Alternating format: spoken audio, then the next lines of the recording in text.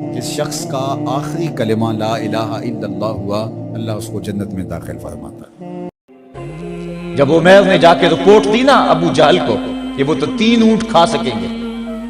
اور 300 سے کچھ کم اور کچھ زیادہ ان کی تعداد ہے، اس سے زیادہ نہیں ہے، میں خوب وادیاں دیکھ آیا ہوں، میں خوب ٹیلے دیکھ آیا ہوں، تو ابو جہل نے سنادید قریش کو بلا کر کہا عمیر کی رپورٹ سنو کتنی حوصلہ افزا ہے، صبح لڑائی کی نوبت نہیں آئے گی، صبح تو رسیاں کٹھی کرو، جکڑ جکڑ کے مسلمانوں کو اونٹوں کی پشتوں پہ باندھ لیں گے اور پھر سین حرم میں جا کے کعبۃ اللہ کی دیواروں کے ساتھ باندھ دیں گے، لوگوں کو تماشا دکھایا کریں گے کہ یہ نیا دین لے کر آئے تھے اور یہ ان کا کیا حال ہے۔ جب اس نے رعونت بھرے اتنی زبان سے یہ جملے نکالے تو عمیر جو سارا منظر اپنی آنکھوں سے دیکھ کر آیا تھا، ابن حشام میں لفظ موجود ہیں، اس نے کہا وَلَٰكِنْ رَأَيْتُ یا معشر قریش البلایا تحمل المنایا، اے قریش کے سرداروں اتنے بھی تکبر میں نہ آؤ، میں اپنی ان آنکھوں سے دیکھ کر آیا ہوں کہ یثرب کی اونٹنیاں اپنی پشتوں پہ نری موتیں اٹھا کے لے آئی ہیں، ان کے بدن پہ چیتھڑے ہیں، ان کے پیٹ کمر سے لگے ہوئے ہیں، لیکن وہ زخمی سانپوں کی طرح پیچ و تاب کھا رہے ہیں، کل ان میں سے کوئی نہیں مرے گا جب تک تم میں سے ایک ایک کو لڑ نہیں جاتا،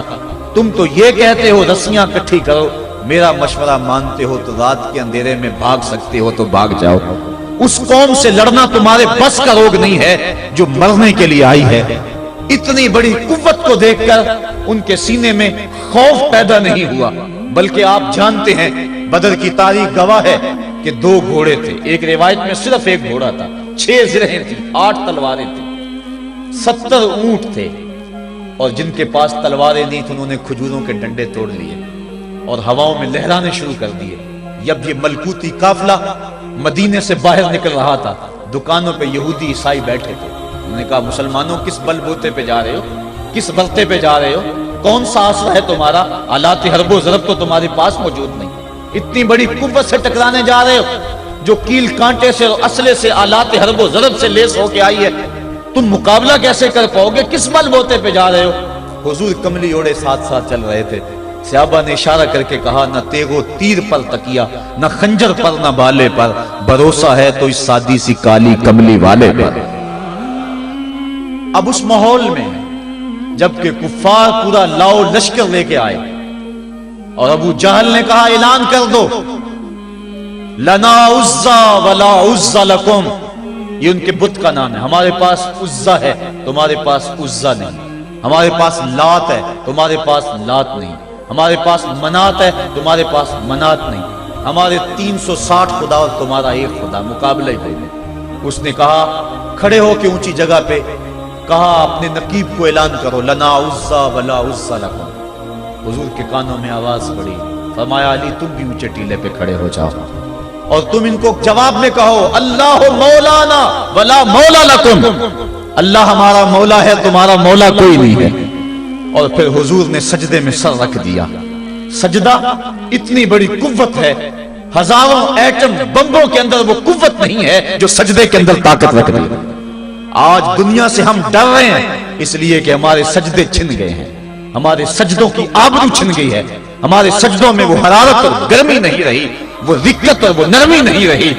بدر کا میدان ہے، 1000 کا لشکر جرار مقابلے میں ہے اور وہ پورے لاؤ لشکر کے ساتھ ناز و تفاخر کے اندر مسلمانوں کو ملیا میٹ کر دینے کے جذبوں سے دانت پیس رہے ہیں کہ آج مسلمانوں کو کچا چبا دیں گے۔ مسلمانوں کے ساتھ پاس صرف 8 تلواریں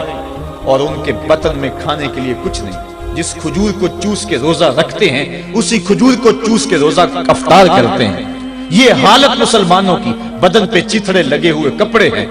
عجیب حالت ہے۔ پھر کون سا آسرا تھا جو مسلمانوں کے کام آیا؟